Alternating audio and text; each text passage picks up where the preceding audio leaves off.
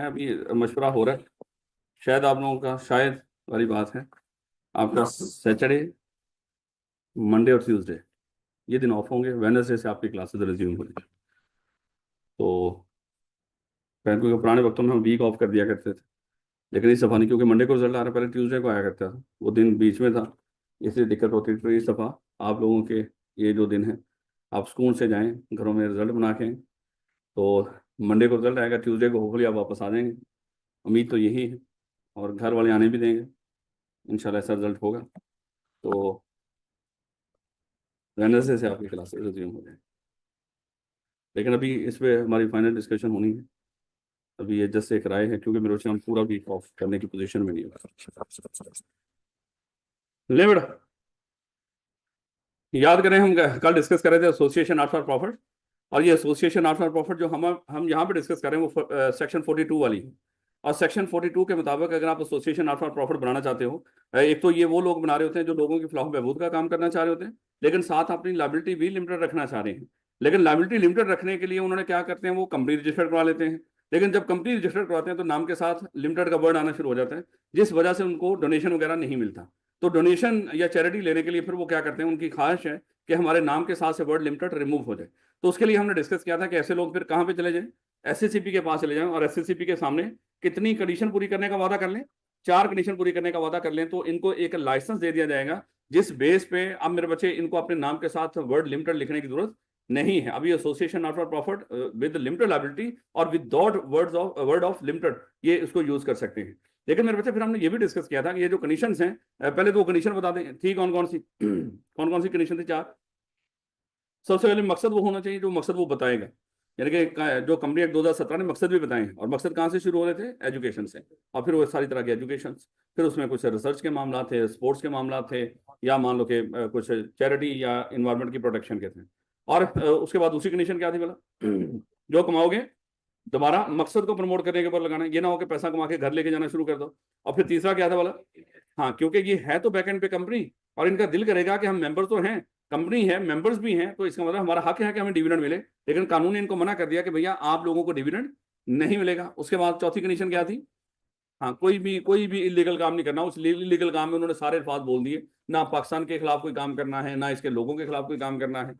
उसके बाद मेरे बच्चे हमने डिस्कस किया था, जब ये लाइसेंस मिल जाएगा, क्या इस लाइसेंस को हमने किसी डॉक्यूमेंट का हिस्सा बनाना है, किस डॉक्यूमेंट का, दोनों का या एक का, दोनों का या एक का? ये एक एक चीज के ऊपर एमसीक्यूज बनेगा, मैं बता रहा हूँ आप, अल्फाजों पे गौर करनी है।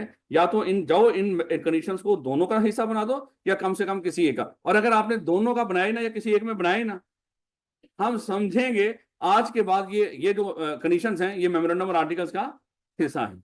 बस याद रखोगे मेरे बच्चों। उसके बाद मेरे बच्चे हमने डिस्कस किया था कि अगर जिसने लाइसेंस दिया है वो लाइसेंस रिवोक भी कर सकता है, और जब लाइसेंस रिवोक होगा तो मेरे बच्चे उसके कुछ रीजंस होंगे। और रीजन पहले तो हमने एक और चीज पढ़ी कि भाई जब एससीसीपी लाइसेंस रिवोक करने जा रहा होगा तो लाजमी तौर पर उनको लिखकर हुक्म करेगा कि आपका लाइसेंस रिवोक कर दिया, और लाइसेंस रिवोक करने से पहले उनको एक शो कॉज नोटिस भी देगा, यानी कि एक कहीं ना कहीं उनको सुनने का मौका भी देगा कि भैया आप अपनी बेगुनाही साबित करना चाहते तो कर लें, उसके बाद फिर हम फैसला करेंगे। तो ये मेरे बच्चे कल तक ही हमने कुछ चीज़ें डिस्कस की थी, और ये रीज़न हमने कल डिस्कस कर ली थी, अगर आपको याद हो। आसान आसान बातें थी, बिला वजह की उसने ज़बरदस्ती किस्म की कुछ वो बना रखे थे रीज़न। जैसे सबसे पहले उसने क्या रखा था कि जो जो टर्म्स एंड कंडीशन जिनकी बेस पे आपको ये मिला है लाइसेंस, अगर वो पूरी ना की हो, फिर उसने कहा था कोई और स्पेसिफिक कोई रेलिवेंट रेगुलेशंस हो, चाहे वो कंपनी को कोई भी हो, अगर आपने वो कंप्लाई ना की हो। फिर हमने डिस्कस किया था कि कंपनी के मामला को ऐसे चलाया जा रहा हो जो लोगों को फायदा देने के बजाय नुकसान दे रहे हो, या कंपनी ने वो जो है तो ये बैकएंड पे कंपनी, और कंपनी जो हर साल फाइनेंशियल स्टेटमेंट्स और एनुअल रिटर्न का कल मैंने थोड़ा सा बताया था, आगे सिलेबस में आ जाएगा। वैसे क्या था बोला एनुअल रिटर्न तो कंपनी के बड़ों की डिटेल हर साल जमा करवाते हैं एक कागज के ऊपर, उसको क्या बोलते हैं, एनुअल रिटर्न। एक तो वो टैक्स की रिटर्न होती है ना, हाँ वो जो हम अपने हर पूरे साल का हिसाब किताब टैक्स वालों को देते हैं, वो टैक्स की रिटर्न होती है। लेकिन ये एनुअल रिटर्न मैनेजमेंट के लिहाज से होगी कि मैनेजमेंट के जो लोग होते हैं, बड़े लोग होते हैं, उनकी हम हर साल डिटेल जमा करवाते हैं रजिस्ट्रार को। तो दो consecutive financial years, financial year क्या पता ना, 3 साल के 3 तरह के साल होते हैं, कैलेंडर ईयर, फाइनेंशियल ईयर और टैक्स ईयर। टैक्स ईयर को तो गोली मारो यहाँ से, हमारे यहाँ पे 2 तरह के हैं, कैलेंडर ईयर और फाइनेंशियल ईयर। कैलेंडर ईयर आपको पता है क्या होता है बोला, 1 जनवरी से लेकर 31 दिसंबर तक ये हमारा कैलेंडर ईयर होता है। फाइनेंशियल ईयर वो 12 महीने जिसके लिए कोई कंपनी अपनी फाइनेंशियल स्टेटमेंट तैयार करती है। ये कैलेंडर ईयर भी हो सकता है, ये कैलेंडर ईयर के अलावा भी हो सकता है, कोई 12 महीने, चाहे वो 1 जुलाई से 30 सितंबर तक हो, 30 जून तक हो, चाहे वो 1 अक्टूबर से 30 सितंबर तक हो, तो जो मर्जी हो आप 12 महीने रख लें। तो मेरे वो 12 महीने हमारे क्या कहलाते हैं, जिसके लिए हम फाइनेंशियल स्टेटमेंट कोई कंपनी तैयार करती है, वो फाइनेंशियल ईयर कहलाता है। फिर हमने डिस्कस किया था कि वही मेरे बच्चे चौथी कंडीशन पूरी उसने दोबारा लिख दी थी कि वही मुल्क की सॉवरेंटी फलाना फलाना, और अगर इसके मेंबर कभी भी 3 से कम, 2-3 चीजें बड़ी वाज़ेह थी इसमें, मेंबर और 1 साल तक इसके ऑपरेशन बंद रहना, ये 2-3 चीजें कुछ हटके थी, बाकी तो सारा कुछ वही था जो पीछे था।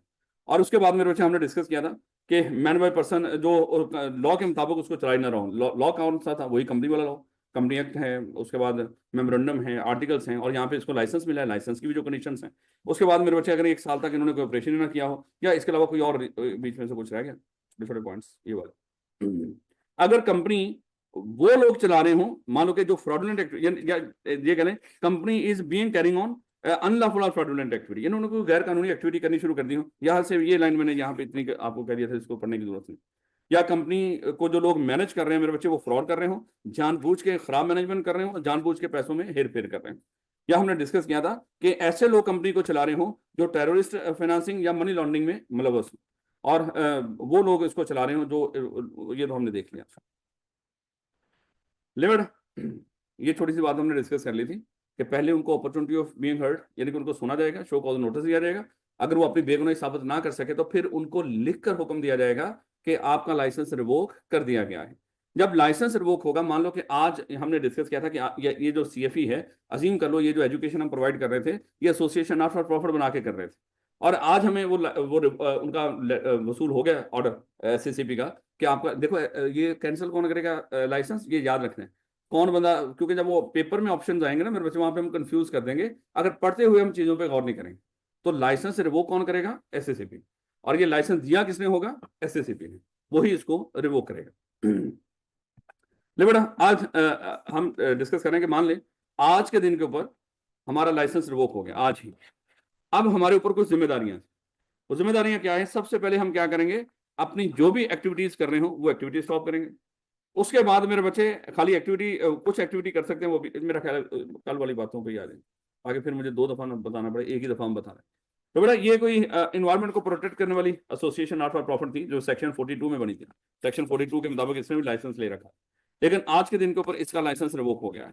जब लाइसेंस रिवोक हो गया हो तो मेरे बच्चे अब कानून कहता है कि आपके ऊपर कुछ जिम्मेदारियां हैं। अब वो जिम्मेदारी, और ये जिम्मेदारी किस पर होंगी, इस एसोसिएशन की मैनेजमेंट के ऊपर, याद रखिएगा। ये कोई बंदा SCCP की तरफ से नहीं आ रहा होगा फॉरेन से, या रजिस्ट्रार की तरफ से कोई बंदा नहीं आ रहा। ये जो अभी जितने काम पढ़ने जा रहे हो, ये सारे काम इस एसोसिएशन नॉट फॉर प्रॉफिट की मैनेजमेंट ने ही करने हैं। और वो हैं कौन कौन से, सबसे पहले उन्होंने कहा कि आप क्या कर दो, जैसे ही आपका लाइसेंस रिवोक हुआ है आप अपनी एक्टिविटीज को स्टॉप कर दो। याद करो कल हम ज्यादा ज्यादा डिस्कस करके गए थे, कुछ एक्टिविटी कर सकते हैं, और वो कौन सी एक्टिविटी कर सकते हैं, हाँ, जो पैसे इन्होंने किसी से लेने हैं वो रिकवर कर सकते हैं, उसके अलावा कुछ और नहीं। और ना ही अब वो कहता है आप लोगों को कायल करेंगे, यानी कि लोगों को, जिस तरह आप लोगों को कहते हैं कि आए हमें डोनेशन दे दें, अब वो किसी भी तरीके से लोगों को ये नहीं कहेंगे हमें डोनेशन दे दें, और अगर कोई लेकर आ भी जाए आपने उससे डोनेशन रिसीव नहीं करना। उसके बाद हमने डिस्कस किया था लाइसेंस रिवोक होने के ही, जैसे मान लो कि आज तारीख क्या है बोला, 23 अक्टूबर, इसके 90 दिन, इसके 90, जिस दिन आपका लाइसेंस रिवोक हुआ है उसके 90 डेज के अंदर मेरे बच्चे अब आपने क्या करना है, इसके जो सारे एसेट्स थे वो किसी और एसोसिएशन नॉट फॉर प्रॉफिट को ट्रांसफर कर देने हैं जो सेक्शन 42 के मुताबिक उसने भी लाइसेंस ले रखा। और फिर एक तो ये चीज बताई कि उस एसोसिएशन को ट्रांसफर कर दो अपने सारे एसेट, क्योंकि यहाँ पे एसेट मेंबर्स की मलकियत नहीं है, क्योंकि आम कंपनी जब हम खत्म करते हैं उसके जो एसेट्स होते हैं उनके मेंबर्स के होते हैं लायबिलिटी पे करने के बाद। लेकिन यहां पे उन्होंने कहा कि लायबिलिटीज पे करने के बाद, अब लेकिन यहां पर भी लायबिलिटी पे करने वाला मामला है, ये association not for profit liabilities पे करने के बाद जितने एसेट बचेंगे वो सारे लायबिलिटी समेत नहीं ट्रांसफर करने। ये ना हो कि माशाल्लाह आपके पास एसेट 10 रुपए के हो और लायबिलिटी 10 करोड़ की हो और आप किसी और एसोसिएशन को ट्रांसफर कर दें, उसका भी बेड़ा बैठा दें बेचारे का, वो भी साथ ही डुबो दें। लायबिलिटी तो जाहिर बात है जाएंगी, खतरनाक ही होती। लायबिलिटीज पे करने के बाद जो कुछ बच जाए वो आप किसी और एसोसिएशन नॉट फॉर प्रॉफिट जो सेक्शन 42 के मुताबिक बनी हो उसको आप ट्रांसफर कर देंगे। फिर आगे उन्होंने एक और बात आपको बताई, क्योंकि देखो ये दोनों जो एसोसिएशन, आपको क्या लग रहा है ये दूसरी एसोसिएशन भी कौन सा काम करती होगी, ये भी एनवायरमेंट को प्रोटेक्ट करने वाला। आगे उन्होंने कहा कि जब आप एक एसोसिएशन का लाइसेंस रिवोक हो और वो अपने एसेट जब 90 दिनों के अंदर किसी और एसोसिएशन को ट्रांसफर करे, वो कोई और जो एसोसिएशन है कोशिश करो उसको दो जो आपकी ही तरह का काम कर रही है। क्योंकि अगर कोई उसका कोई और जस्ट एग्जांपल मान लो, यहाँ पे सीएफई एक सीए का कॉलेज है, हम ये सेक्शन 42 के मुताबिक बने हुए, और ये सामने जो मान लें कि शेख जायद हॉस्पिटल है, ये भी सेक्शन 42 के मुताबिक बना हो, एसोसिएशन ऑफ प्रॉफिट, उसका लाइसेंस रिवोक हो गया। अब वो क्या कर रहे हैं, वो अपने एसेट्स हमें ट्रांसफर कर रहे हैं। यहाँ पे देखो हम कॉलेज हैं, अब वहाँ पे एम्बुलेंसेस का वो स्ट्रेचर स्ट्रेचर वो सारा कुछ हमें यहाँ पे जरूरत है उसकी, है। आपको लग रहा हो नहीं सर रिजल्ट वाले दिन पढ़ सकती है, अल्लाह माफ करे, क्यों पढ़ेगी रिजल्ट वाले दिन, है उसके, अल्लाह ना करे, इंशाल्लाह अल्लाह ताला आपको कामयाबियां देगा। तो सर रिजल्ट का जिक्र ही क्यों करते हैं, हमने कभी जिक्र किया आपसे इस तरह का, लेकिन फिर भी तो आप देखो, सबसे पहले एक्टिविटी स्टॉप कर दी, पैसा रिकवर करने वाला काम कर सकते हो, किसी को कायल नहीं करना, सॉलिसिट नहीं करना, आओ हमें डोनेशन दे दो, कोई लेकर आ जो उसे एक्सेप्ट नहीं करना। अब आपने अगला स्टेप क्या है, लोगों की लायबिलिटीज पे करने के बाद जितने एसेट बचेंगे रिवोक होने के 90 दिन के अंदर अंदर आपने किसी और एसोसिएशन नॉट फॉर प्रॉफिट को ट्रांसफर कर देने।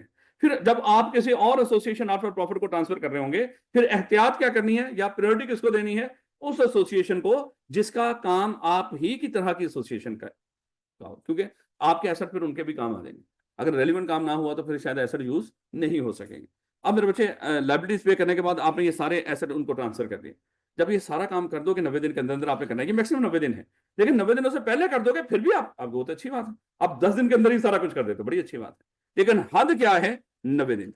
जब 90 दिन गुजर जाएंगे या जब भी ये काम कंप्लीट कर लोगे, देखो जब भी आई के अपने सवाल बनाया इसके ऊपर, मैं इसलिए लफ्ज बोलूं, उन्होंने कहा कि मान लो कि 23 अक्टूबर को इसका लाइसेंस रिवोक हुआ है, जरा 90 दिन लेकर जाओ, कहां तक जाएंगे, 23 सादा रख लेते हैं, 23 अक्टूबर से 23 नवंबर, दिसंबर, जनवरी, हम ऐसा कर लेते हैं 23 जनवरी को कहते हैं यहाँ पे क्या हो जाएंगे, यहाँ पे 90 डेज कंप्लीट हो जाएंगे, यही होगा।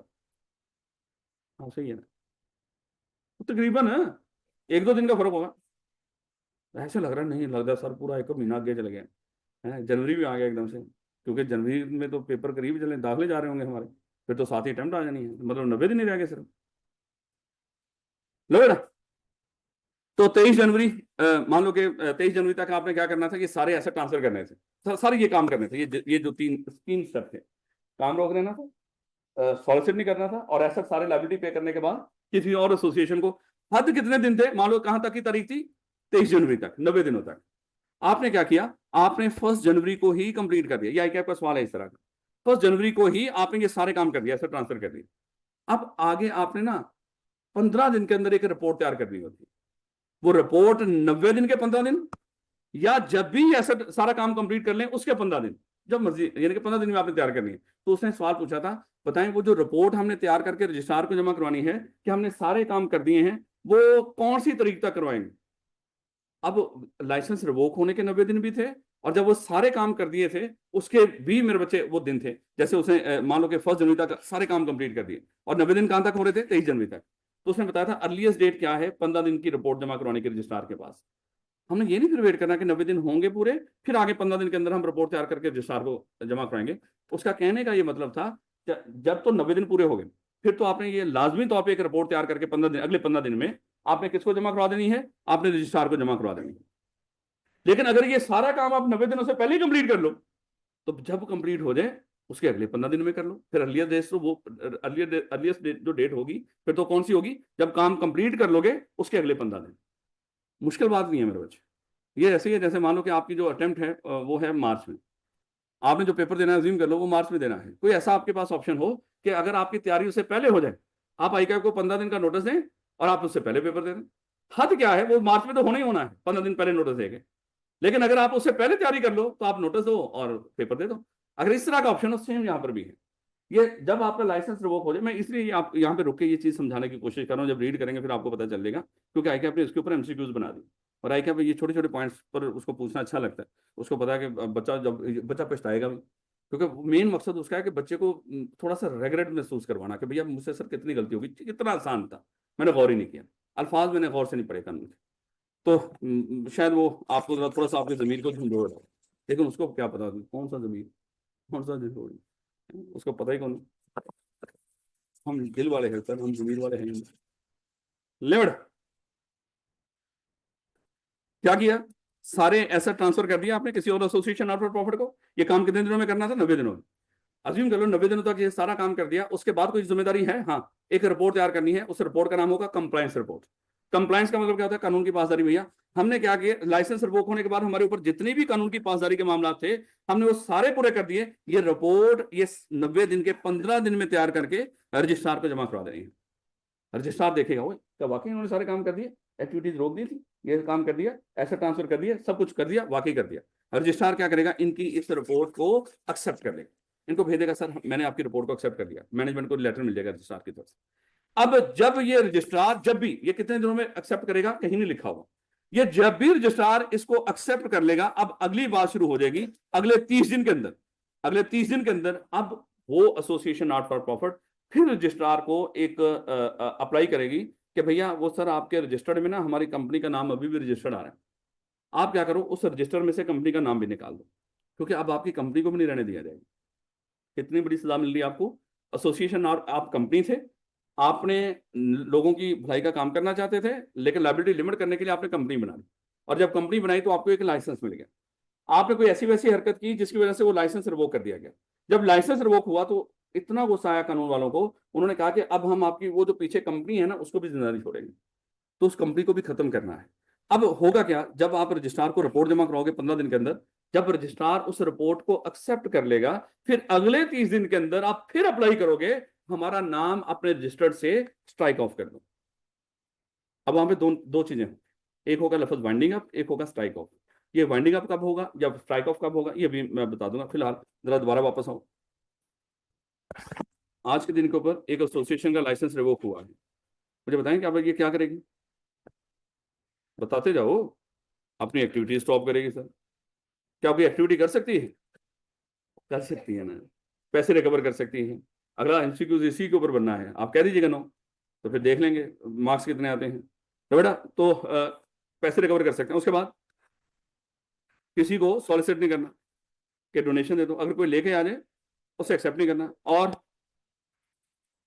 अब 90 दिनों के अंदर अपने नेट एसेट, आपने वहां पर नेट एसेट नहीं बोलना, आपने बोलना है कि लायबिलिटीज पे करने के बाद जो एसेट बच जाए 90 दिनों के अंदर। ये 90 दिन कहां से शुरू हुए, मतलब जिस दिन लाइसेंस रिवोक हुआ उसके 90 दिन के अंदर अब आपने क्या करना है, लायबिलिटीज पे करने के बाद जो एसेट बच जाएंगे उसको क्या करना है, उसको किसी और एसोसिएशन नॉट फॉर प्रॉफिट को ट्रांसफर कर देना है जो सेक्शन 42 के तहत बनी हो। और ये कौन सी होनी चाहिए, मुनासिब कौन सी है, जिसको प्रायोरिटी किसको देनी है आपने, जिसका काम उस एसोसिएशन की तरह का हो जिसका लाइसेंस रिवोक हुआ है। जब ये आपने 90 दिनों के अंदर ये काम कर दिया मेरे बच्चे, अब क्या होगा, आपने ये काम यहाँ पे मुकम्मल कर दिया। अब अगले 15 दिन के अंदर आप एक रिपोर्ट तैयार करेंगे, उस रिपोर्ट का नाम क्या होगा, कंप्लायंस रिपोर्ट। ये 15 दिन के अंदर आप तैयार करके एसएससीपी को नहीं दे रहे, ये ध्यान रखिएगा। हाँ, ये भी छोटी सी बात पूछेगा, वो जो आपने ये सारी एक्टिविटीज कंप्लीट कर दोगे 90 दिनों के बाद, जो आपने रिपोर्ट जमा करवानी, किसको जमा करवाएंगे हैं, एससीसीपी रजिस्ट्रार। लोग सोचेंगे जिन्होंने गौर नहीं किया होगा, भाई लाइसेंस एससीसीपी ने रिवोक किया है तो शायद रिपोर्ट भी हम उसी को जमा करवाएंगे। रिपोर्ट किसको जमा करवानी है, रजिस्ट्रार को 15 दिन के अंदर। अब रजिस्ट्रार को जब आपने ये रिपोर्ट जमा करवा दी तो रजिस्ट्रार चाहे जितने मर्जी दिन ले, हमें कहीं नहीं कानून लेगा कि रजिस्ट्रार अगर 10 दिन में 15 दिन में इस रिपोर्ट को क्या कर देगा, ओके कर देगा, एक्सेप्ट कर देगा, कहीं नहीं लिखा हुआ। वो जब भी इसको एक्सेप्ट कर ले, जब भी एक्सेप्ट कर ले, ये जब भी एक्सेप्ट कर ले, उससे आगे फिर आपके पास 30 दिन शुरू होंगे कि जिस दिन उसने एक्सेप्ट कर लिया आपके पास 30 दिन है। इन 30 दिनों के अंदर फिर आपने क्या करना है, अपनी उस कंपनी का नाम भी रजिस्ट्रार के पास दोबारा अप्लाई करके उसको स्ट्राइक ऑफ करवाना, तो निकाल दो उसको। या एक दूसरा लफ्ज क्या है, वाइंडिंग अप। इन दोनों में फर्क है, अभी इतना का बस दिमाग में रहना। अगर तो कंपनी के पास कुछ ना बचा हो, ये बिल्कुल खाली होगी कंपनी, फिर जस्ट हम क्या करेंगे, रजिस्ट्रार को कहेंगे स्ट्राइक ऑफ कर दो नाम। अगर कुछ बच गया हो उस दिन भी, कुछ कहीं से निकल आया, कुछ अभी भी आपके पास पड़ा हो, फिर लफ्ज बोला जाता है वाइंडिंग अप। वाइंडिंग अप जाके हम चैप्टर 12 में पढ़ेंगे। वाइंडिंग अप में क्या होता है कि आखिर के ऊपर जो हमारे पास एसेट बच जाए उनको हम बेच बचा के, जो भी होता है, कुछ जो बंदरबांट कर रहे हैं, उस बंदरबांट करने के बाद जब खत्म कर रहे हो उसको वाइंडिंग अप बोलते हैं। अगर कुछ बच गया हो, उस जो बचा है उसका भी बंदोबस्त करना है, तो फिर वाइंडिंग अप का प्रोसेस फॉलो करके निकलवाएंगे 30 दिन के अंदर। अगर कुछ ना बचा हो फिर जस्ट उसको कह दो कि हमारा नाम निकाल दो। अगर बच गया हो कुछ, अभी भी कुछ एसेट्स पड़े हो आपके पास, तो फिर क्या करोगे, फिर वाइंडिंग अप। क्या रखोगे इस बात में, चलो अब थोड़ी सी बातें और ऐड कर दें इसके अंदर। नहीं बेटा, आज के दिन के ऊपर हमारा लाइसेंस रिवोक हुआ, अब मेरे बच्चों को पता चल गया। अगर आज लाइसेंस रिवोक हुआ है तो सर क्या करेंगे, सबसे पहले एक्टिविटी स्टॉप कर दी, उसके बाद क्या करेंगे, कुछ, हाँ कुछ रिकवर भी कर सकते हो आप। पैसे कुछ रिकवर कर सकते हो जो हमारे हैं लोगों की तरफ ड्यू। उसके बाद किसी को सॉलिसिट नहीं करोगे। उसके बाद यानी कि अब वो 90 दिन तक तकरीबन पहुंच गए होंगे हम। तो अब 90 दिनों के अंदर अंदर हमने क्या करना पड़ा, अपने सारे एसेट किसी और एसोसिएशन नॉट फॉर प्रॉफिट को ट्रांसफर कर देने। अब यहाँ पे एक बात और ऐड करनी, ये जो हम नेट एसेट ट्रांसफर कर रहे होंगे ना किसी और एसोसिएशन नॉट फॉर प्रॉफिट को, आप थोड़े से पैसे वहां पे बचा के रख सकते हैं। जो मैनेजमेंट है, मान लो हमारा ही लाइसेंस रिवोक हुआ है, और ये जो सामने पेट्रोल पंप है ना, मान लो ये वैसे होता नहीं, पेट्रोल पंप को रहने दो, हॉस्पिटल ही कर लो, शेख जायद हॉस्पिटल, ये भी एसोसिएशन नॉट फॉर प्रॉफिट, हमारा लाइसेंस रिवोक हुआ। हम क्या करेंगे, हमने अपनी एक्टिविटीज उसी दिन कॉलेज को बंद कर दिया। उसके बाद मेरे बच्चे जो पैसे बच्चों से आप लोगों की तरफ ड्यू थे हमारे, वो रिकवर कर रहे हैं। उसके बाद हमने क्या किया, हमने लोगों को कायल नहीं किया, कोई इश्तेहार नहीं दिया हमें डोनेशन दे दो। और फिर अब हम क्या कर रहे हैं, अपने एसेट्स को कोशिश करें, जिस दिन हमारा लाइसेंस रिवोक हुआ है उसके 90 दिन के अंदर अंदर इसके एसेट भी किसी और एसोसिएशन नॉट फॉर प्रॉफिट को ट्रांसफर करें। हम कर रहे हैं, शेख जायद वालों को ले जाओ भैया उठा के आप। अब लेकिन जब लेकर जा रहे होंगे, कानून ने हमें कहा कि थोड़े से पैसे बचा के रख लीजिएगा, क्योंकि कल जब आपने वो नाम को स्ट्राइक ऑफ करवाना या वाइंडिंग अप करनी है ना, वहां पे आपको थोड़े से पैसों की जरूरत पड़ सकती है, इसलिए हम थोड़े से पैसे बचा के रख लेंगे। एक पॉइंट ऐड हो गया इसमें। जब आपने सारे एसेट लाइबिलिटी पे करने के बाद ट्रांसफर करने हैं किसी दूसरी एसोसिएशन नॉट फॉर प्रॉफिट को, क्या कुछ बचा के भी रख सकते हो। हाँ, ये जो बचा के रखेंगे किस मकसद के लिए रखेंगे, ताकि कल जब हम वाइंडिंग अप करेंगे उस वाइंडिंग अप के मौके पर वो इस्तेमाल हो सके। अब अगली बात देखो भैया, हम लोग ही थे इसकी मैनेजमेंट सीएफई की जिसका लाइसेंस रिवोक हुआ है, और अब हमने क्या करना है, इसके ऐसे 90 दिनों के अंदर किसी और एसोसिएशन ऑफ प्रॉफिट को ट्रांसफर करना है। हमने बड़ी मेहनत से ये सारा कुछ काम किया था, किसी एक आधे बंदे की ऐसी वैसी हरकत की वजह से हमारा लाइसेंस रिवोक हो गया।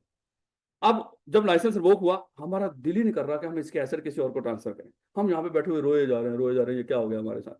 वो जाके कह रहा है भैया 90 दिन गुजरे जा रहे हैं, ऐसे ट्रांसफर कैसे करें सर, हमने पता नहीं कितनी मुश्किल से बनाए। उन्होंने कहना कि यार ये चंगा से आप पड़ेंगे, ये है क्या है। अब अगर हम 90 दिनों के अंदर जो काम हमारे ऊपर जिम्मेदारी डाली थी कानून ने, अगर हम पूरी नहीं करेंगे, तो फिर याद रखना ये नहीं कि आपकी जान छूट जाएगी। फिर क्या होगा, एससीसीपी क्या करेगा, आप हम सब लोगों को यहां से रिमूव करके अपनी तरफ से कुछ बंदों को बैठा देगा, उनको कहेंगे एडमिनिस्ट्रेटर। तो फिर उस एसोसिएशन नॉट फॉर प्रॉफिट की मैनेजमेंट को घर भेज दिया जाएगा, अगर ये सारे काम नहीं करेंगे जो लाइसेंस रिवोक होने के बाद करने थे। अगर मैनेजमेंट नहीं करेगी तो उसको करने के लिए किसको भेजा जाएगा, एडमिनिस्ट्रेटर को भेजा जाएगा। फिर एडमिनिस्ट्रेटर वो सारे काम करेगा जो मैनेजमेंट ने करने थे, एक्टिविटीज रोकेगा। इसी तरह सारी लाइबिलिटी पे करने के बाद कुछ पैसे बचा के रखेगा, बाकी किसको ट्रांसफर कर देगा, किसी और एसोसिएशन ऑफ प्रॉफिट को। फिर वो 90 दिनों के अंदर आगे 15 90 दिन गुजरने के बाद आगे 15 दिन के अंदर वो कंप्लाइंस रिपोर्ट तैयार करके रजिस्ट्रार को जमा करवाएगा। जब रजिस्ट्रार उस रिपोर्ट को एक्सेप्ट कर लेगा, फिर अगले 30 दिन के अंदर वो बंदा उस कंपनी का नाम रजिस्टर में से स्ट्राइक ऑफ या उसकी वाइंडिंग अप करवाएगा।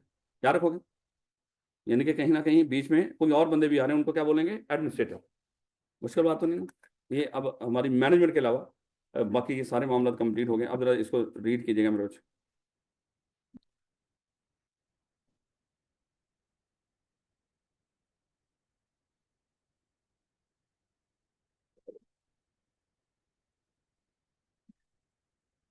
अजीब तरह का काम खराब हो गया,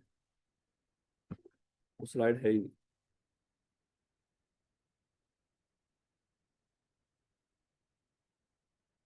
ऑनलाइन वाले बच्चे बेचारे रुल जाएंगे मेरे बच्चे।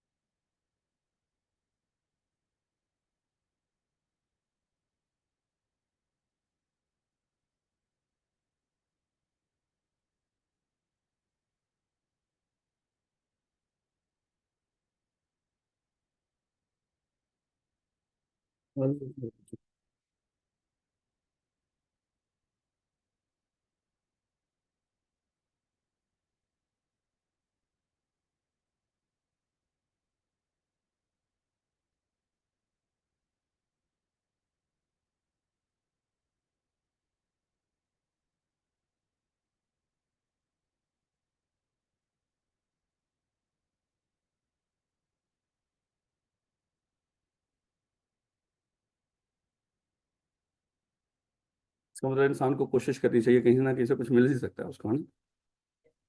ठीक। अल्लाह माफ करे, अगर कोई पेपर कोई रिजल्ट में ऐसा वैसा हो गया,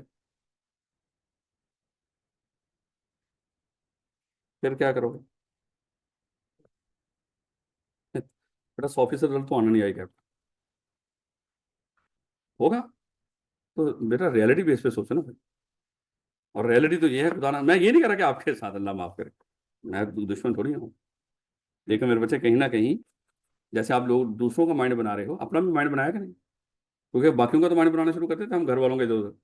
देखें वो आखिरी दिनों में जाके तो बस वो शादी रख ली आप लोगों ने, वो बीमार पड़ गया, अपना उन्होंने ऐसी बातें नहीं की घर वालों ने। नहीं, चलें बच गए, फिर चलें वापस में, गोली मारे, इंशाल्लाह सब कुछ सही हो। अल्लाह माफ करे, अगर थोड़ी बहुत कमी रह भी गई तो कोई नहीं, आप सही कर लोगे, आप अच्छे बच्चे हो। ले बेटा, रिक्वायरमेंट्स ऑन रेवोकेशन। अगर लाइसेंस रिवोक हो जाए तो उसकी क्या रिक्वायरमेंट्स होंगी मेरे बच्चे? इसके लिए चाहे रिक्वायरमेंट्स ऑफ रेवोकेशन बोल लो, चाहे consequences of revocation of licence बोल लो, कि लाइसेंस जब रिवोक हो गया हो उसके क्या कॉन्सिक्वेंसेज होंगे आप। तो मेरे बच्चे कौन कौन से? On revocation of licence of a not for profit company by the commission. देखो कौन रिवोक करेगा? कमीशन करेगा। The company shall stop all its activity, कौन सा नहीं करेगी? Any recovery of the money of to it, यानी कि जो पैसा इसकी तरफ ड्यू है, यानी कि जो इसने रिकवर करना है, पता नहीं अब ये अल्फाज क्या है, जो पैसा इसने रिकवर करना है लोगों से, ये सही है तो वो रिकवर कर सकती है, लेकिन बाकी सारी एक्टिविटीज क्या कर देगी? स्टॉप कर देगी। उसके बाद the company shall not solicit or receive donation from any source, ना तो सॉलिसिट करेगी, और अगर कोई लेकर आ भी जाए उससे डोनेशन रिसीव नहीं करना। एंड देखो ये सारी कंडीशन पूरी करनी है, एंड इसका मतलब क्या है, ऊपर की ये आगे भी, all the asset of the company after satisfaction of all the debts, मतलब नेट एसेट्स की बात कर रहा है कि लाइबिलिटीज पे करने के बाद जो बच गया हो, and liability shall in the specified manner be transfer to, ये लाइबिलिटी नहीं ट्रांसफर करनी, सॉरी, ये अल्फाज पहले साथ उसके मिलाओ, after satisfaction of all debts and liabilities, सारी लाइबिलिटीज और डेट्स सेटल करने के बाद, सेटिस्फाई करने के बाद, shall in the specified manner be transfer to another company licence under section 42, यानी कि किसी और सेक्शन 42 वाली एसोसिएशन के पास आपने ट्रांसफर करने हैं प्रेफरेबली। लेकिन आपने प्रेफरेंस किसको देनी है? ये मैनेजमेंट को कह रही है, कानून कह रहा है कि preferably having similar or identical objects to those of the company, यानी कि या तो बिल्कुल हूबहू आपकी तरह ही हो, सिमिलर, या कम से कम मिलते जुलते हैं। Object to those of the company, ये सिमिलर का वैसे मिलता जुलता होता है, आइडेंटिकल तो तकरीबन हूबहू वैसे ही होता है। Objects of to those with 90 days from the revocation of the licence, और ये काम आपने कितने दिनों में करना है? लाइसेंस रिवोक होने के 90 दिन। लाइसेंस रिवोक होने के, खुदा के लिए ये दिन कहां से कौन करने, ये नहीं कि वो आगे तरीके बताने, लाइसेंस इस तारीख को रिवोक हुआ, आपने एक्टिविटीज इस तारीख को स्टॉप की, उसके बाद आपने ये जो एसेट है फलानी तरीक को रिवोक किया, ऐसा नहीं करना। ये जो एसेट ट्रांसफर, ये चीजें थोड़ी सी खराब हो गई, फलानी तारीख को आपका लाइसेंस रिवोक हुआ, फलानी तारीख को आपने एक्टिविटी स्टॉप की, बताएं एसर किस तारीख तक आपने ट्रांसफर करने हैं, कितने 90 दिन कहां से शुरू होंगे? एक्टिविटी स्टॉप करने के, लाइसेंस रिवोक होने के, बस लाइसेंस रिवोक होने के, फ्रॉम द डे और from the revocation of licence such extended period as may be allowed. इसका मतलब क्या? अब अगली बात यहां पे सवाल बना देगा, वो कहेगा 90 दिन गुजरे हैं और मैनेजमेंट अभी तक वो, क्योंकि बहुत बड़ी एसोसिएशन थी और उसके सारे ऐसे ट्रांसफर नहीं कर पा रहे, अब क्या होगा? अब ये आपने फौरन से नहीं कह देना कि एडमिनिस्ट्रेटर पॉइंट हो, आपने क्या कहना है? वो क्या कर सकते हैं, वो एक्सटेंशन के लिए अप्लाई कर सकते हैं एससीसीपी। तो एससीसीपी चाहे तो क्या कर सकता है, उनको इनके ये 90 दिनों को एक्सटेंड भी कर सकता है। बताओ, याद रखोगे इस बात को, कि अगर वो 90 दिन पूरे हो रहे हों और अभी ये सारे काम ना हो सके हो, सारे एसेट आपने ट्रांसफर ना किए हो किसी और एसोसिएशन को, क्या अभी फौरन से एडमिनिस्ट्रेटर आ जाएगा, या आपके पास एक्सटेंशन का भी ऑप्शन है? आपके पास एक्सटेंशन का भी ऑप्शन है, लेकिन आपने एक्सटेंशन भी ना ली हो और 90 दिन गुजार दिए हो, तो फिर एडमिनिस्ट्रेटर आ जाएंगे, फिर वो कहेंगे आपकी नीयत ही नहीं करने की, तो फिर वो अपने बंदे भेज देंगे। तो बेटा उसके बाद होएवर ए रीजनेबल अमाउंट, जब ये सारे आप ट्रांसफर कर रहे होंगे, रीजनेबल अमाउंट यानी कि औकात में रहते हुए, ये ना हो कि सारे एसेट ही बचा के रख लें, भैया सारे की जरूरत पड़ सकती है। कहता है कि reasonable amount to meet the expenses of voluntary winding up. आइए पढ़ेंगे आगे जाके, वाइंडिंग अप तीन तरह की वाइंडिंग अप होती है, वॉलंटरी भी हो सकती है, वो कंपल्सरी भी हो सकती है। वाइंडिंग अप, जो voluntary winding up under supervision of court, ये इस तरह की दो तीन तरह की वाइंडिंग अप है, कि हम चैप्टर नंबर 12 में जाकर डिस्कस करेंगे। बस इतना दिमाग में रखिए, वॉलंटरी वाइंडिंग अप वो होती है जो हम अपनी मर्जी से किसी कंपनी को वाइंड अप कर रहे हैं। इसका मतलब क्या हुआ? जब आपका लाइसेंस रिवोक हो गया, कानून कह रहा है कि आप वाइंडिंग अप करोगे, और वो वाइंडिंग अप कौन सी होगी? आपकी मर्जी वाली, जैसे आप अपनी मर्जी से वाइंड अप कर रहे हो, अगरचे क्या कौन है कानून, लेकिन वो कहता है कि इस वाइंडिंग अप को आपने ऐसे वाइंड अप करना है जैसे आप अपनी मर्जी से कर रहे हो, यानी कि वॉलंटरी वाइंडिंग अप की तरह की वाइंडिंग अप होगी। On making an application to the registrar for striking the name of the company of the register may be retained by the company, यानी कि ये पैसे किस लिए बचा के रख रहे हैं? एक तो वाइंडिंग अप के लिए, और दूसरा वो जो आपने एप्लीकेशन देनी है रजिस्ट्रार को कि हमारा नाम क्या कर दो, स्ट्राइक ऑफ कर दो, इन दोनों चीजों के लिए पैसों की जरूरत पड़ सकती है, क्योंकि ऐसा ट्रांसफर करने के बाद दो ही तो काम है। कौन से काम है? एक तो मेरे बच्चे हमने क्या करना बोला, वाइंडिंग अप या नाम को स्ट्राइक ऑफ करवाना। तो इन दोनों कामों में से अगर जिस चीज के लिए भी आपको थोड़े बहुत पैसों की जरूरत पड़े तो आप उतने से पैसे क्या कर लीजिए, उसको बचा के रख लीजिएगा। उसके बाद मेरे बच्चे ये उसी का हिस्सा है, after compliance of the requirements mention. अब देखो यहाँ पे ना उसने कहीं नहीं लिखा हुआ था 90 दिन पूरे होने से पहले, यानी कि जब 90 दिन पूरे हो जाएंगे मान लो, ये नहीं उसने लिखा कि जब 90 दिन पूरे हो जाएंगे उसके 15 दिन के अंदर आपने रिपोर्ट जमा करवानी है। उसने अल्फाज देखो क्या बोले थे, इसलिए उसने यहाँ पे एमसीक्यूज बना दी। उसने कहा कि after compliance of the requirements mention above, जो ऊपर की रिक्वायरमेंट जब आप पूरी कर दोगे, और वो क्या थी, एसेट ट्रांसफर वगैरह करने वाली, जब आप एसेट ट्रांसफर कर दोगे इससे कोई फर्क नहीं पड़ता वो 90 दिनों में कर दो या उससे पहले कर दो, तो the board of the company shall file shall file within 15 days from the date of such compliance। कहता है जिस दिन कंप्लायंस कर दोगे, 90 दिन तो हद है, अगर उससे पहले कर दोगे तो उससे 15 दिन के अंदर रिपोर्ट जमा करवा दो, अगर 90 दिन में हुआ है तो 90 दिन तो फिर हद है, उसके फिर 15 दिन के अंदर आपने कंप्लायंस रिपोर्ट लाजमी रजिस्ट्रार को जमा करवानी है। A report to the registrar containing relevant information and documents, यानी कि वो रेलिवेंट इन्फॉर्मेशन और डॉक्यूमेंट्स क्या होगी, जो जिम्मेदारियां थी वो जिम्मेदारियां हमने पूरी कर दी हैं लाइसेंस रिवोक होने के बाद। उसकी कंप्लायंस रिपोर्ट है, कंप्लायंस रिपोर्ट होती ये है कि हमने कानून की सारी पासदारियां कर दी हैं जो लाइसेंस रिवोक होने के बाद हमारे ऊपर अप्लाई हुई थी। उसके बाद मेरे बच्चे नेक्स्ट होगा मामला हमारा वाइंडिंग अप का। जब रिपोर्ट आपने रिपोर्ट जमा करवा दी 15 दिन के अंदर रजिस्ट्रार को, अभी हमने डिस्कस किया था कि रजिस्ट्रार कितने दिनों में उसको एक्सेप्ट करेगा, कहीं नहीं लिखे हुए, जब भी एक्सेप्ट करेगा, जिस दिन एक्सेप्ट करेगा, एक्सेप्टेंस के आगे मेरे बच्चे आपसे आपके पास दिन शुरू हो जाएंगे 30 दिन मैक्सिमम।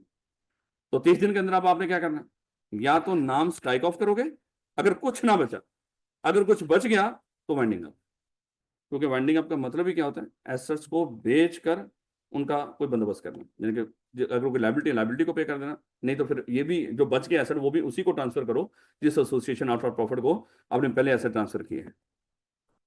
कहता with in 30 days of acceptance, acceptance कितने दिनों में हुई कहीं नहीं लिखा हुआ, जिस दिन भी रजिस्ट्रार आपकी उस कंप्लायंस रिपोर्ट को जो 15 दिन में आपने जमा करवाई थी उसको एक्सेप्ट कर लेगा by the registrar submitted by the company, the board shall. अब देखो ये जो कंप्लायंस रिपोर्ट कौन जमा करवाता है, ये कंपनी जमा करवाती है, कंपनी मतलब मैनेजमेंट उसकी, और the board shall initiate necessary proceeding for winding up of the company voluntary or where it has no assets and liability. अगर कुछ नहीं बचा तो make an application to the registrar for striking the name of the company of the register, कि हमारे आपके register से हमारा नाम निकाल दो, कुछ ना बचा हो तो नाम स्ट्राइक ऑफ, कुछ बच गया हो तो वाइंडिंग अप। इन्हीं दो चीजों के लिए हमने थोड़े से ऊपर पैसे बचा के भी रखे थे, रीजनेबल अमाउंट हमने बचा के रखी थी, मुश्किल बात तो नहीं ना। और अगर ये ऊपर के काम आप लोग ना करें मैनेजमेंट, तो फिर कौन आएगा, फिर मेरे बच्चे SCCP, देखो रजिस्ट्रार नहीं, ये SCCP अपॉइंट करा, कहता है इन केस ऑफ डिफॉल्ट, यानी कि ऊपर की बातें आपने, ऊपर की जो जिम्मेदारियां थी वो आपने पूरी ना की, the commission may appoint an administrator to manage affair of the company and initiate necessary proceeding for winding up of the company, यानी कि फिर वो जो भी मुनासिब होगा फिर SCCP खुद करेगा थ्रू एडमिनिस्ट्रेटर, फिर वही काम जो ऊपर के मैनेजमेंट ने करने थे वो कौन कर रहा होगा, वो एडमिनिस्ट्रेटर कर रहा होगा। लो बेटा यहां तक हमारा तीसरा सवाल कंप्लीट हो गया। सबसे पहला सवाल क्या था, वो कंडीशन बता दो जिन कंडीशंस को पूरा करने पर आपको लाइसेंस मिल सकता है। दूसरा सवाल क्या था, reasons of revocation of license बता दो। तीसरा सवाल क्या था कि consequences of revocation of license या effect of revocation of license वो बता दो, वो भी हमने बता दिया। अब चौथा सवाल होगा, ये जो लाइसेंस रिवोक हुआ है, लाइसेंस रिवोक होने के बाद मेंबर्स के ऊपर क्या रिस्ट्रिक्शन है। अब मेंबर्स के रिस्ट्रिक्शन की बात आ गई मेरे बच्चे। अब यहाँ पे देखिएगा, अज्यूम कर लो हम सब लोग यहाँ पे इस CFE के मेंबर थे और हमारा लाइसेंस रिवोक हुआ है, हमने अपने सारे एसेट जो ट्रांसफर कर दिए वो इनको कह दो, शौकत खान जरा दूर है, शेख जायद वालों को हमने कर दिए। अब होगा पता क्या, देखो इतने भारी किस्म के यहाँ पे, चलो जितने भी यहाँ पे नजर आ रहे हैं आपको, ये सारे एसेट उठा उठा के कौन लेकर जा रहे होंगे, शेख जायद वाले हैं। और ये बनाए किन लोगों ने थे, आप लोगों ने, चाहे डोनेशन से इकट्ठे किए थे लेकिन बनाए तो आप लोगों ने थे, आपकी मेहनत थी पिछले कई सालों की। अब आपका भी देखो ये तो खत्म हो, आप लोगों की तनख्वाहों से मना नहीं किया उसने, जो मेंबर्स होंगे उनको तनख्वाहों से मना नहीं किया कि जब आप वहां पे काम कर रहे होंगे तनख्वाहें भी नहीं लेंगे। आपको किससे मना किया था वहां पे, डिविडेंड लेने से, कि भैया मेंबर्स को डिविडेंड पे नहीं किया जाएगा, लेकिन कहीं नहीं लिखा हुआ था कि वहां पे आपको तनख्वाहें नहीं दी जाएंगी, कि कमा तो रहे थे ना भाई, यहीं पे काम कर रहे थे तो यहाँ से तनख्वाहों की मद में कुछ ना कुछ ले रहे थे आप। अब वो एसोसिएशन खत्म होगी, अब आपकी वो सारी जो रोजी रोटी थी वो भी गई। अब जब वो एसेट उठा उठा के लेके जा रहे थे, अब आप उनको कहते हो कि भैया ध्यान से लेकर जाओ, एसेट बड़े कीमती हैं। और एक और चीज दिमाग में रखना, ये कीमती एसेट हम आपको इस बेस पे दे रहे हैं, कल जब ये एसेट आपके पास चले जाएंगे तो हमारे पास भी कोई और जगह नहीं, हम भी आपके पास ही आएंगे। और ये डर था एससीसीपी को कि ये गंदे लोग, ये गंदी हरकत आपके लिए नहीं है मादर। अस्तगफुरुल्लाह। यहाँ पे मैं अपने अल्फाज वापस ले रहा हूँ। ये आपकी बात मैंने ली, आपकी एग्जांपल यहाँ पे थी नहीं मेरे बच्चे, यहाँ पे किसी और बच्चों की बात हो रही थी। वो मेंबर थे, वो उसने कहा कि भैया ये जो अच्छे लोग हैं ये इस तरह की हरकत करेंगे कि जब इनकी एसोसिएशन लाइसेंस रिवोक होगा, जिस एसोसिएशन को ऐसे ट्रांसफर करेंगे तो उन पर एहसान करेंगे, और उन पर जो एहसान किया उसके बदले के तौर पे ये उनसे एहसान मांगेंगे भी। और एहसान क्या मांगेंगे कि आप हमें भी वहीं पे एडजस्ट करें। इसलिए यहां पे एसएससीपी ने अगली पाबंदी क्या लगाई, जिस एसोसिएशन को आप पैसे ट्रांसफर करोगे उस एसोसिएशन में आपकी मैनेजमेंट का कोई बंदा, ना ही कोई डायरेक्टर, ना ही कोई ऑफिसर, देखो बात ऑफिसर तक उसने रोक दी, आगे कोई उसने मजीद किसी की बात नहीं की। तो जो डायरेक्टर ऑफिसर वगैरह होंगे ये उस एसोसिएशन में किसी तरह की कोई पोजीशन एक्सेप्ट नहीं करेंगे अगले 5 साल तक, क्योंकि 5 साल बड़े होते हैं किसी का एहसान भूलने के लिए। लेकिन 5 साल इन्होंने पता नहीं क्यों बताया, यहाँ पे तो 5 मिनट भी बड़े होते हैं। ऐसे ही है ना मेरे से, नहीं कोई बंदा एहसान करता है, आप लोग एहसान उसका चंद लम्हों में भुला नहीं देते, नहीं बुलाते, बुला देते, शर्म तो नहीं आती फिर, नहीं बुलाना चाहिए मेरे बच्चे। कहता बुला देते हैं, कितना फख्र से कह रहा है। आज मैंने आपसे सुनना भी था, हाँ, लेकिन हमने सुना ही नहीं था। ले बेटा, अब पता क्या है, आप लोग सियाने तो बड़े हो, एससीसीपी को ये पता था कि ये कहीं ना कहीं पाकिस्तानी जुगाड़ तो निकाल ही लेते हैं। इन्होंने सोचा कि कोई मसला नहीं, एहसान तो हम कर रहे हैं दूसरी एसोसिएशन पे, कानून ने हमारे ऊपर पाबंदी लगाई है ना कि हम कोई पोजीशन एक्सेप्ट नहीं कर सकते। इन्होंने क्या करना शुरू कर दिया, अपने रिश्तेदारों को भेजना शुरू कर दिया है, अपने घर के जो वेले बच्चे बुच्चे थे उनको कहा कि इनको किसी अच्छी पोजीशन पे रख दो। घर तो फिर बात तो फिर वही होगी। तो फिर कानून ने पूरी बात वाजे कर दी, जिस एसोसिएशन को आप ऐसा ट्रांसफर करोगे उस एसोसिएशन में अगले 5 साल तक मेंबर भी या ऑफिसर भी कोई ओहदा एक्सेप्ट नहीं कर सकते, और ना ही इनके रिलेटिव किसी तरह का कोई ओहदा एक्सेप्ट कर सकते हैं। याद रखोगे इस बात को। कहता है कि where any asset of the company are transferred in consequences of the revocation of licence to another company, the member and officer of the first mention company, first mention कौन सी है, जिसका लाइसेंस रिवोक हुआ है, ये first है जिसका licence revoke हुआ है, और any of their family members shall not be eligible to hold any office in the latter association या company for a period of 5 years from the date of transfer of such assets. अब ये licence revoke होने के अगले 5 साल नहीं, ये जो 5 साल शुरू होंगे कहां से शुरू होंगे, जिस दिन उन्होंने एसेट ट्रांसफर किया था उनको। अब आप ये ना सोचें सर वो हर रोज एक एक करके चीज भेज रहे थे, तो फिर ऐसा भाई जिस दिन ऐसा ट्रांसफर हुए, ट्रांसफर करने का मतलब क्या, जिस दिन सारे चले गए, अगर इस तरह का होगा आखिरी जिस दिन ट्रांसफर हुआ होगा ना वहां से 5 साल शुरू होंगे। याद रखोगे इस बात को। ये अभी अभी आपने जो टॉपिक पढ़ा ये कौन सा था, एसोसिएशन आफ्टर प्रॉफिट, किस सेक्शन के तहत बनी थी, 42, कितनी कंडीशन पूरी करने पे मिला था ये लाइसेंस आपको, 4, कौन कौन सी मिला, मकसद वो होना चाहिए जो बताएंगे, जो मिला दोबारा बिजनेस पे यानी कि मकसद पे लगा देंगे, डिविडेंड पे नहीं करेंगे, और हाँ कोई गैर कानूनी काम नहीं करेंगे। उसके बाद लाइसेंस इसको किसी ये जो कंडीशन थी इसको किसी डॉक्यूमेंट का हिस्सा बनाना था, मेमोरेंडम या आर्टिकल्स, दोनों में से किसी एक या दोनों में अगर ना बनाया तो फिर हम समझेंगे ये मेमोरेंडम और आर्टिकल्स का हिस्सा ही है। उसके बाद जो लाइसेंस मिला वो रिवोक भी हो सकता था, जो रिवोक हो सकता था उसके लिए मेरे बच्चे एक लंबी चौड़ी लिस्ट है आपके पास, तो उन लिस्ट में से अगर कोई हरकत कर दी तो आपका लाइसेंस रिवोक हो जाएगा। तब वो अब ये ना कहना कि सर देखो वो भी बोले, मैं क्यों बोलूँ, मैं क्यों याद करूँ, हैं आप एक्सपेक्ट कर रहे थे ना आप कि सर बोलेंगे, नहीं कर रहे थे, बड़ापन है आप लोगों का। लेकिन कुछ मोटी मोटी बातें तो आपको याद होगी। अगर 2 कंसेक्टिव फाइनेंशियल ईयर्स के अंदर वो फाइनेंशियल स्टेटमेंट्स या एनुअल रिटर्न जमा ना कराएं, या एक पूरे साल तक ऑपरेशन अपने बंद रखें, या कभी भी मेंबर्स की तादाद 3 से कम हुई हो, या कभी भी चौथी कंडीशन की रिक्वायरमेंट पूरी ना हुई हो, या कभी भी चौथी कंडीशन की रिक्वायरमेंट पूरी ना हुई हो, कभी भी चौथी कंडीशन, बाकी तो 4-5 तो चौथी कंडीशन के ही हैं तो मैं तो कर सकता हूँ इस तरह, आपने भी पेपर में ऐसे ही पूरे करने हैं मुझे पता है लेकिन कम से कम ये 3-4 तो बड़े वाजे हैं ना, ये तो हम फौरन से लिख सकते हैं। खैर ले बेटा, नेक्स्ट टॉपिक,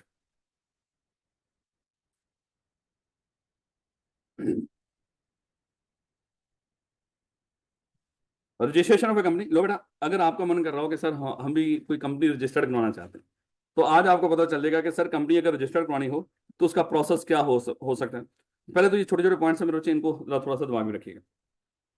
बी लॉ तो आप लोगों ने पढ़ लिया ना, वैसा बच्चा जो बी लॉ सी लॉ अभी इकट्ठा पढ़ रहा भी है, मेरा ख्याल है सब लोगों ने बी लॉ पहले पढ़ा हुआ। वैसे अच्छी बात नहीं थी कि अगर बी लॉ के साथ ही आप सी लॉ भी पढ़ लेते, इसकी औकात थी क्या, लेकिन कोई मसला नहीं सर, लेकिन इसकी औकात नहीं थी, हमने अपनी औकात नहीं देखनी थी ले बेटा, ये छोटे छोटे तरह पॉइंट देखिएगा। पहले नंबर पे तो बता रहा है आपको obligation to register as a company. कहता कुछ इदारे तो ऐसे हैं जिनके ऊपर जिम्मेदारी होती है, कोई लाजमी तौर पे अपने आप को कंपनी के तौर पर रजिस्टर्ड करवाएंगे। अब सर ये कौन से इदारे आगे? देखो भैया, हमने डिस्कस किया था 3 तरह से कारोबार कर सकते हो, या तो एज ए सोल ट्रेडर, या पार्टनरशिप, या कंपनी बना। अब अगर बचपन की आपको एक बात याद करवाइए, जब हमने पार्टनरशिप डिस्कस किया था, और पार्टनरशिप के अंदर हमने पढ़ा था कि पार्टनरशिप के अंदर कम से कम मेंबर्स की पार्टनर्स की तादाद 2 होगी, और मैक्सिमम कितनी हो सकती है? 20। और वहां पे याद करें बैंकिंग के कारोबार के अंदर कितनी थी बोला? 10। और अदर देन बैंकिंग क्या थी बोला? 20। और प्रोफेशनल की फर्म के तादाद क्या थी बोला? अनलिमिटेड। यानी कि भूल भाल गए मेरे बच्चे आप लोग। तो अनलिमिटेड, वहां पे प्रोफेशनल्स की कोई लिमिट ही नहीं थी, वो जितने मर्जी पार्टनर। अब अगली बात आती थी ये दो, और फिर वहां पे एक और, अगर आप पढ़ेंगे गौर से, वहां पे पढ़ा होगा, वहां पे एक और बात लिखी थी कि पार्टनरशिप एक्ट 1932 ने कहीं पर भी मैक्सिमम मेंबर्स बताए नहीं पार्टनर के कितने हो सकते हैं। ये कंपनी एक्ट 2017 ने बताए हैं कि मैक्सिमम पार्टनर्स की तादाद कितनी हो सकती है।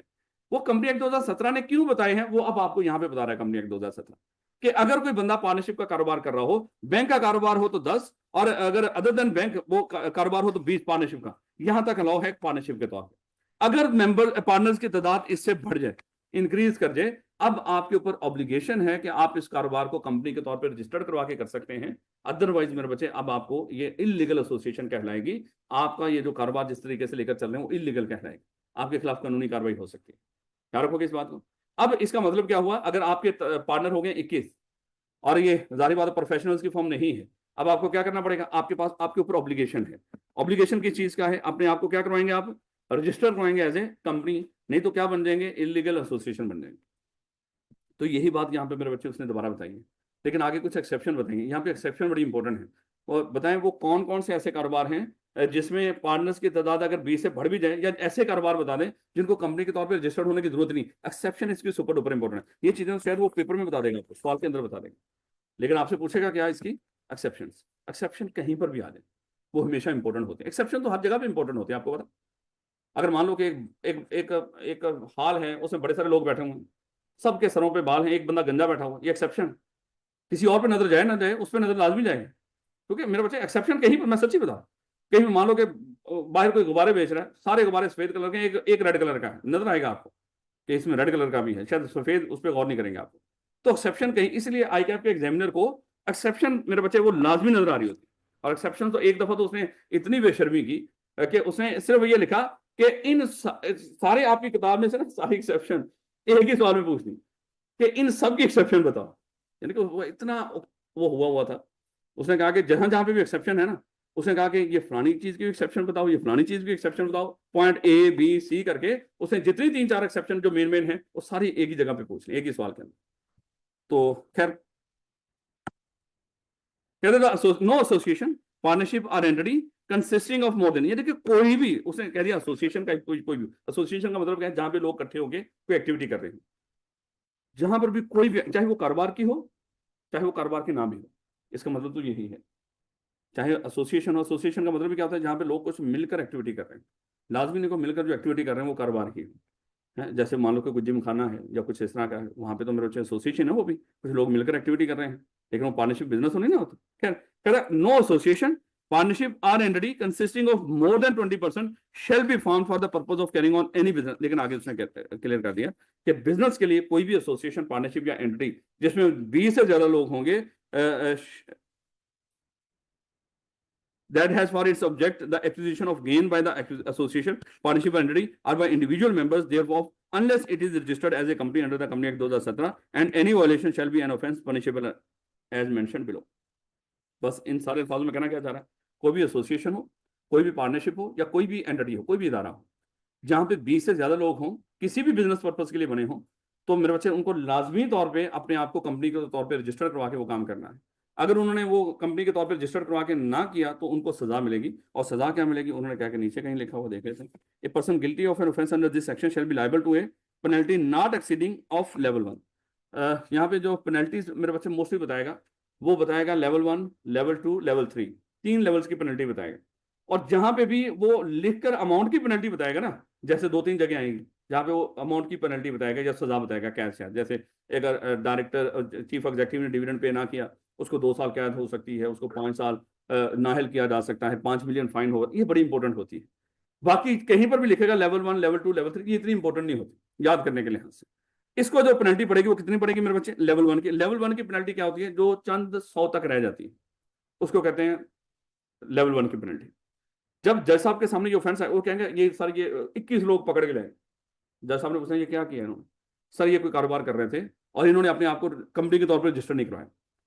तो जज साहब फौरन इस कानून की तरफ देखेंगे, उन्होंने कहना कैसा है, इस कानून के मुताबिक अगर इन्होंने इस तरह का ऑफेंस किया हो तो इनके ऊपर कौन सी पेनल्टी पड़ेगी? लेवल 1। और जज साहब को पता है कि लेवल 1 की पेनल्टी क्या है, वो चंद 100 तक की होगी, या मान लो 1000, 2000, 4000। उनको कहेंगे चलो इतनी पेनल्टी हुई और चलो दफा हो जाओ, इनसे पैसे लो और इनको भगा दो। अगर यहाँ पे लिखा हो तो लेवल 2 की पेनल्टी, वो बात मेरे बच्चे 100 से बढ़ के हजारों में चली जाती है। और अगर बात हो लेवल 3 की पेनल्टी, वो बात मेरे बच्चे लाखों में चली जाती है। तो लेवल 1 की पेनल्टी हल्की वाली पेनल्टी है। अमाउंट कितनी होगी वो जज देखेगा, जिस तरह उसका मूड बना होगा उस तरह की वो पेनल्टी इंपोज कर देगा।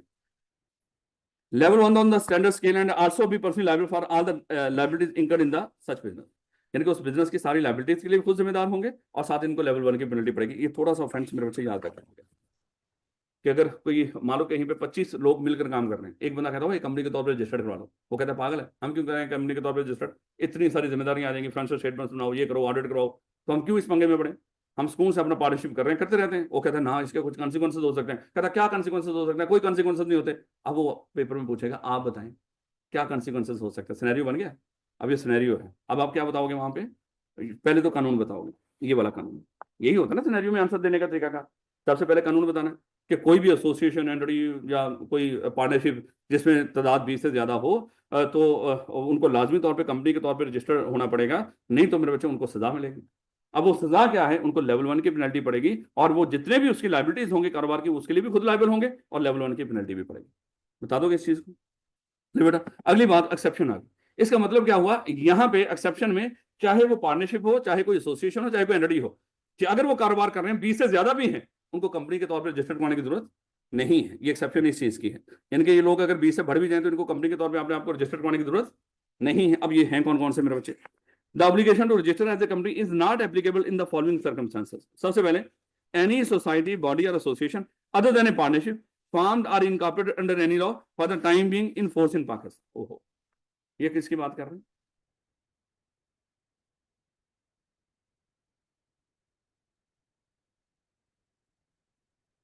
पढ़ के आए हो? स्टेचुटरी बॉडी पढ़ के आए हो पीछे? तो फिर बोल क्यों नहीं रहे? सर हो सकता है गलत बोलते, भाई बोलते तो सही कुछ। तो ये स्टेचुटरी बॉडी की बात हो रही है, जो पाकिस्तान में किसी भी, जो पाकिस्तान में कोई भी कानून एप्लीकेबल है, उस कानून में अगर कोई इदारा रजिस्टर्ड होकर काम कर रहा है, चाहे वो कंपनी एक्ट नाम, देखो यहाँ पे हम किस में रजिस्टर्ड होने की बात कर रहे हैं, उसको कह रहे हैं कंपनी एक्ट 2017 में रजिस्टर्ड हो एज ए कंपनी। मान लो स्टेट बैंक था, चलो स्टेट बैंक को गोली मारो, वो तो है ही गवर्नमेंट का, कोई बैंक हमने खोला है और वो बैंक हमने प्रॉपर जो बैंकिंग ऑर्डिनेंस है उसके तहत उसको रजिस्टर्ड करवाया है, उसके तहत इनकॉर्पोरेट करके लेके चल रहे हैं, और पता चला उसमें मान लो कि 50 मेंबर हैं, क्या जाके उनको चपेड़े करानी शुरू कर दें? क्या आप कंपनी के तौर पर रजिस्टर करें? इंश्योरेंस कंपनी उसको चपेड़े करानी शुरू कर दें? क्या आपके 100 मेंबर हैं, आप उसको कंपनी के तौर पर रजिस्टर करवाएं? या जितने भी हमने एग्जांपल ली थी, स्टेट बैंक की भी उसमें बात हुई थी, आईकेएफ की भी बात हुई थी, ये जितने पाकिस्तान में किसी खास कानून के तहत रजिस्टर होकर इदारे काम कर रहे हैं, इनमें मेंबर्स की तादाद अगर 20 से बढ़ भी गई है, भैया इनको तो वैसे ही लॉ है। नहीं समझ आई ना? बॉडी कॉर्पोरेट्स जितनी भी हैं, बॉडी कॉर्पोरेट्स में कंपनी के अलावा जो बाकी दोनों थे, ये उनकी बात कर। फिलहाल तो उसने सिर्फ पाकिस्तान वाले की बात की है, स्टैट्यूटरी बॉडी की बात की है कि पाकिस्तान में जो स्टैट्यूटरी बॉडीज है। नहीं समझ आएगा? कहता है कि any society, body or association other than a partnership formed or incorporated under any law for the time being in force in Pakistan. Pakistan के किसी और कानून के तहत अगर कोई बॉडी, एसोसिएशन रजिस्टर्ड होकर काम कर रही है, तो उसको फिर कंपनी एक्ट में दोबारा से रजिस्टर्ड होने की जरूरत नहीं है, क्योंकि ऑलरेडी वो बॉडी कॉर्पोरेट बन चुके हैं किसी स्टैट्यूट कानून के। जैसे हमने कहा था, जितने बैंक्स हैं, जितनी इंश्योरेंस कंपनी है, नॉन बैंकिंग फाइनेंस कंपनी, मुदारबाज है, इससे साथ ही उसने स्टेट बैंक का भी खुद एग्जांपल दे दी थी आपको, आई कैप है, एससीसीपी है, एफबीआर है, ये सारे जितने भी इदारे हैं, ये कौन से हैं? ये स्टैट्यूटरी बॉडीज हैं। इनको बाद में अपने आप को रजिस्टर नहीं करवाने, कंपनी के तौर पर रजिस्टर करवाने की जरूरत नहीं। हम यहाँ पे सिर्फ लोगों को पकड़ के किसमें रजिस्टर करने की कोशिश कर रहे हैं? कंपनी में। वो कहते हैं कि जो पहले किसी और कानून में रजिस्टर्ड हो गए, उनको कंपनी में दोबारा क्यों करवा रहे हो? बोले मारो, इनको इनको छुट्टी है, तो जितने मर्जी मेंबर हो। उसके बाद दूसरा आ गया, a joint family carrying on a joint family business. देखो भाई, एक फैमिली है, वो इकट्ठे ही है और इकट्ठे ही अपना एक कारोबार लेकर चल रहे हैं, उनमें उनके मेंबर चाहे 100 हो, तो जॉइंट फैमिली को अपने कारोबार को लेकर चलने के लिए कंबाइंड जो इकट्ठा जो होते हैं ना, हमारे हमारे उसमें हमारे यहाँ पे कुछ रिवाज है खास तौर पे। और जो हिंदू फैमिलीज होती हैं उनमें तो ये बहुत ज्यादा रिवाज होते हैं, वो अपना जॉइंट फैमिली बिजनेस लेकर ही चल रहे होते हैं। कहता है कि partnership of 2 or more joint families where the total number of member of such families. अच्छा देखो, एक ये फैमिली थी, ये फैमिली में चाहे जितने मर्जी मेंबर बढ़ते जाए 500 मेंबर हो गए, जॉइंट फैमिली। तो ये अपना जॉइंट फैमिली कारोबार जितने मर्जी मेंबर हो उसको लेकर चल सकते हैं, इनको कंपनी के तौर पर रजिस्टर करने की जरूरत नहीं है। लेकिन मेरे बच्चे, अगर वो कहता है कि दो फैमिलीज ये दो फैमिलीज आपस में मिलकर पार्टनरशिप कारोबार कर लें, तो फिर यहां पे हम मेंबर्स की तादाद गिनेंगे। अगर बच्चों को निकाल के, मेरे बच्चे, एक्सक्लूडिंग द माइनर मेंबर, अगर इनके मेंबर्स की तादाद 20 से ज्यादा नहीं है, मान लो इनके मेंबर हैं टोटल 70, उसमें 50 बच्चे हैं, 20 बड़े हैं, तो इट्स ओके। उन्होंने कहा कि यहां तक सही है। दो फैमिली, अगर देखो दो फैमिलीज के, अगर दो ज्वाइंट फैमिलीज का आपस में पार्टनरशिप कारोबार हो, अगर तो एक ज्वाइंट फैमिली है ना, चाहे वो 500 मेंबर्स की हो, उससे कोई फर्क नहीं पड़ता, उनको कंपनी के तौर पर रजिस्टर करने की जरूरत नहीं है। लेकिन अगर दो ज्वाइंट फैमिली आपस में पार्टनरशिप कर रहे, तो उसने कहा कि फिर यहां पे हम देखेंगे, अगर तो आप बच्चों को निकाल के बड़े मेंबर, उसमें खवातीन भी काउंट होंगे, बड़े मेंबर्स अगर 20 से ज्यादा हो तो उनको कंपनी के तौर पर रजिस्टर्ड होना पड़ेगा। अगर बच्चों को निकाल के बड़े मेंबर 20 तक हैं तो फिर उनको कंपनी के तौर पर रजिस्टर्ड होने की जरूरत नहीं है, यानी कि बच्चे काउंट नहीं होंगे। याद रखोगे इस बात को। लेकिन मान लो कि एक बच्चा अभी 17 साल 11 महीने 29 दिन का है, तो क्या करेंगे इसका? कल परसों ये बड़ा हो जाएगा और हम 21 मेंबर हो जाएंगे, इसको बड़ा होने देंगे? क्या करें, इसको निकाल दें फैमिली में से? कुछ ना कुछ तो करना पड़ेगा, नहीं तो इसने सारा काम खराब करवा देना। एक दिन रह गया इसका, जैसे वो काजी फायदे सके। देखो हमारी गवर्नमेंट ने क्या कुछ किया है, काजी से पहले पहले बंदोबस्त किया ना, नए आने वाले को रोका है ना, अब इसको भी रोकना है। ऐसे ही रोकेंगे जैसे गवर्नमेंट ऑफ पाकिस्तान ने रोका है मंसूर अली शाह को। नहीं नहीं समझ आ रहे, कोई मासूम लोग आप लोग ऐसे, जैसे कल आप जैसे लोग, मेरे बच्चे आजम नदीम तारड़ राणा सनाउल्लाह, आप जैसे लोगों ने बने, अभी लोग आप मासूम। जाहिर बात है ये लोग कल थोड़ी रहेंगे, इनको रिप्लेस नहीं करना किसी। ये ऐसे नमूने हर दौर में पाए जाते हैं, दुनिया ऐसे नमूनों से कभी खाली नहीं हुई।